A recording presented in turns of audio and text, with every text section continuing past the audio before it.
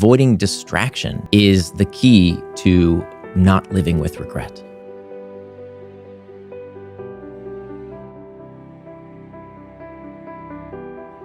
Because we all basically know what to do, right? We know we should exercise. We know we should eat right. We know we should spend quality time with our family. We know we should do the hard work that we have to do to move our careers forward. But many times we don't do it, even though we know what to do. And if you don't know what to do, Google it. It's all out there, right? So the problem is not that we don't know what to do. The problem is we keep getting in our own way. And so it's really about becoming indistractable. This is how we live the kind of lives we deserve. I think it's the macro skill, right? Because there's no facet of your life that is not affected by your ability to control your attention. So whether it's learning a new skill, whether it's getting into relationships, whether it's business, whether it's physical fitness, all of these things depend on your ability to follow through.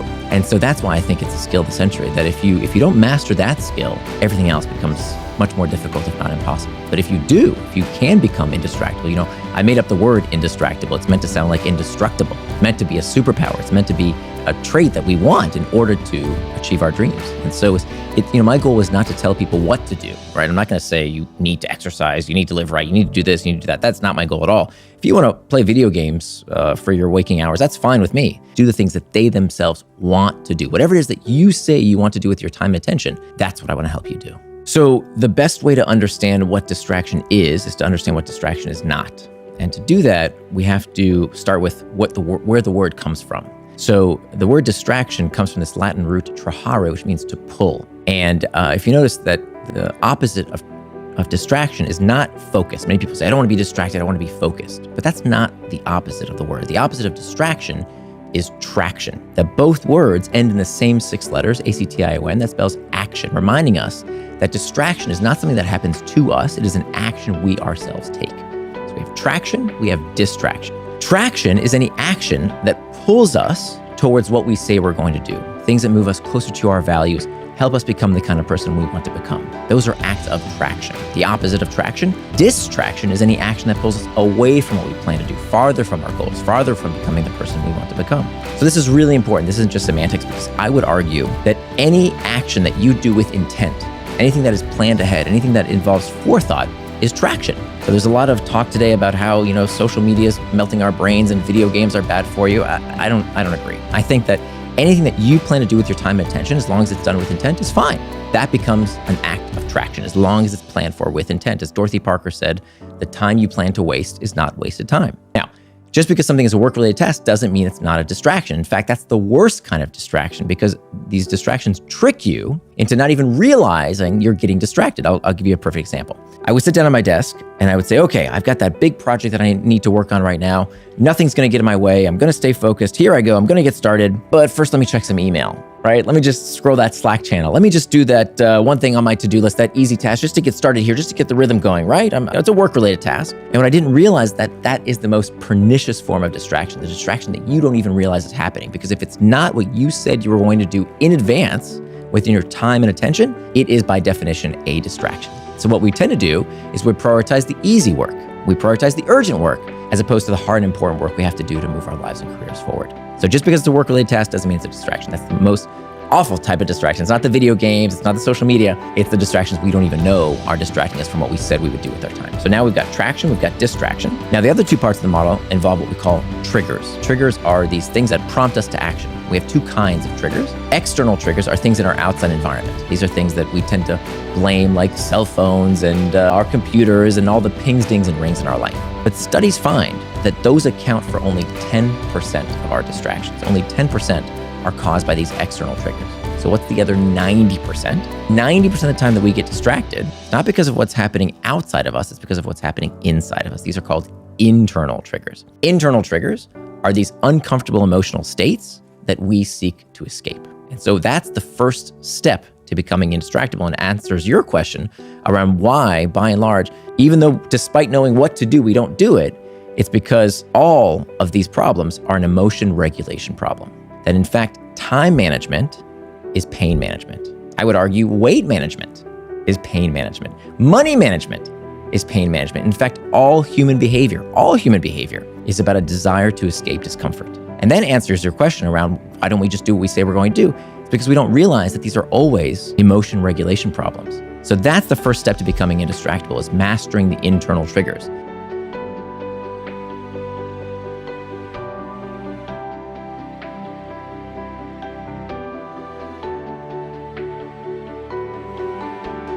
So the first step is mastering these internal triggers, figuring out why you feel this way, right? What is that underlying sensation? So if you're trying to avoid that chocolate bar, it might be hunger, or it might not be hunger, right? So I used to be clinically obese, and I'll tell you what, I did not eat to excess because I was hungry. I was eating to excess because I was lonely. I was eating to excess because I was bored. I was eating to excess because I felt guilty about how much I had just eaten. It wasn't just about the hunger. Right? Very few people who are obese are just hungry all the time. That's not what's going on. It's because we're eating our feelings. That's what's happening. So that's the first step. We have to understand the deeper reason. It's the same exact reason that we would overdo our use of technology. It's not the technology's fault, guys. I hate to tell you this. I wish I could blame Zuckerberg and TikTok, but these are just tools, right? And then before those, there were other tools. They used to call our generation couch potatoes. And before that, it was the radio was the moral panic. And before that, it was comic books. There's always some moral panic around, oh, this is melting our brains, because we don't want to face the facts that we are looking for escape. These internal triggers. Time management is pain management. All human behavior is driven by a desire to escape discomfort. So when you realize that, you know what, I was just unable to deal with these sensations in a healthful way that moved me towards traction. I was trying to escape them with distraction. It's not until you understand what sensations you're trying to escape from that you can deal with them. If you can't sit around the table with a friend without looking at your phone every 3 minutes, it's not the phone. It's your inability to deal with the discomfort of maybe having silence or boredom or whatever else is going on in your life. So that has to be the first step. It's not the only step, but that's the first step. When I get distracted, or when I even feel the sense of distraction, just noting down that sensation, just writing down what is it that I felt right before the distraction. And so if I can just pause for a second and reflect on what was that sensation that I was feeling right before. It was boredom, it was anxiety, it was fearfulness, it was uncertainty. Just writing it down is an incredible first step towards gaining power over that discomfort, because then you can start to identify it. And so what I'll do many times is just pause to reflect on, wait a minute, what's going on there, right? What is that sensation? Because then you can begin to do what's called reframing the trigger. So now when I feel the sensation of wanting to get distracted, I say, you know what? What's going on here? Okay, I'm feeling this sensation because I'm stressed. Why am I stressed? Because this is really important to me. And so reframing it as not a negative, but something that happens not to me, but for me, that sensation is a sign that I can listen to. I think most of us, we think when we feel this discomfort, that's happening to us, right? But it's not, it's happening for us. It's a signal for us to listen to. Now, how we interpret it is up to us. And that's where the magic happens. If you interpret it as something that is harmful, is dangerous, that you need to escape, right? You don't want to feel that uncomfortable sensation. You look for distraction. But what we find is that high performers across every field, when you think about the arts, when you think about sports, business, high performers, when they feel those internal triggers, they experience the same internal triggers the rest of us do. They experience loneliness and stress and anxiety just like everyone else does. But they deal with it by using it as rocket fuel to push them towards traction. Whereas distractible people, as soon as they feel that discomfort, they try and escape it with distraction. That's the big difference.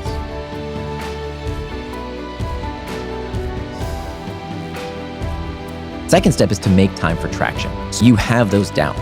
One of these techniques that is really life-changing is scheduling time for worry. Scheduling time for worry.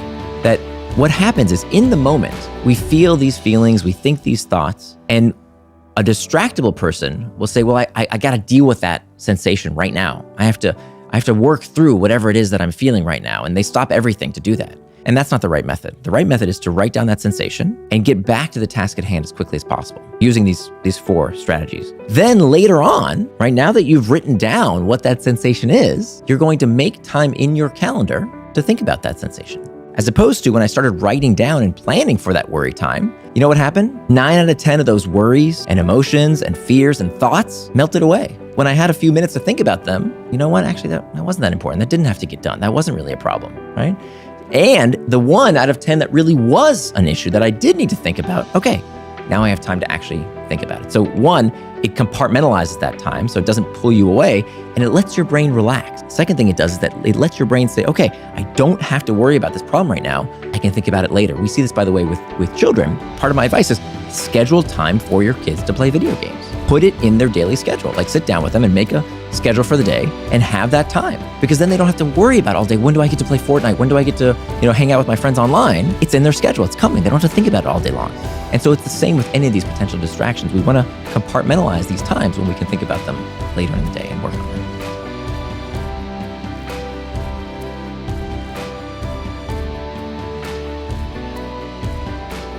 Step 3 is hacking back the external triggers. So this is when we do talk about the usual suspects, the pings, the dings, the rings. That's where we, very systematically go through what a lot of people complain about. It's really only 10% of the problem, because 90% of our distractions begin from within. What turns out to be a much bigger problem is not the technology, it's what the technology is attached to, right? So what if it's your boss? That's the distraction. What if it's your kids that are distraction? We love them to death, right? Our kids are great, but they can be a huge source of distraction. Meetings. Oh my God, how many stupid meetings do we have to attend that are nothing but a distraction, especially now that Zoom makes it accessible so that wherever you are, people can call meetings. Those are huge distractions. Of course, Slack channels, and that's what we get into more in the book in terms of, okay, systematically, what do you do about these various external triggers? Another thing you can do is to start managing your manager. So one of the things you can do, one of the benefits of step 2 there, where you can make time for traction, is when you have a time box calendar, you have an artifact. You have something that you can physically print out and show to other people. So what I want folks to do when they say, look, my boss isn't leaving me alone when I need to work with that distraction, what do I do? What you want to do is you want to sit down with your boss for 10, 15 minutes. You say, boss, hey, can we sit down for 15 minutes on Monday morning? I want to ask you something. You sit down with them and you show them your time box calendar. You take out the calendar for your working hours and you say, hey, boss, okay, here's what I'm doing this week. So here's my time for this meeting. Here's my time for email. Here's my focused work time. Here's what I'm doing this week. Here's the various projects you asked me to work on. Now you see this other piece of paper here? This is where I wrote down all the things that you asked me to do that I'm having trouble fitting into my schedule. Instead of saying no, what you want to do is to engage your boss in helping you do the one thing that they absolutely have to do as a manager, which is prioritize. So you ask them, how can I make sure that I do what you asked me to do based on my schedule for the week? And here's what they're going to do. They're going to look at that and say, you know what, that meeting, that's actually not that important. But this project over here that you put on the piece of paper, that's actually super important. Can you swap those out? And so by doing that, you're doing what's called schedule syncing. You're making sure that their priorities are also reflected in your schedule. And bosses will worship the ground you walk on. They love this because every boss out there, every manager, we're wondering kind of what our people are doing, right? That's what they want to know, but they don't want to ask you that because they don't want you to feel like you're being micromanaged. So you're proactively doing that for them, and you're showing them, hey, this is the time when I need to do focused work. This is when I'm going to be indistractable.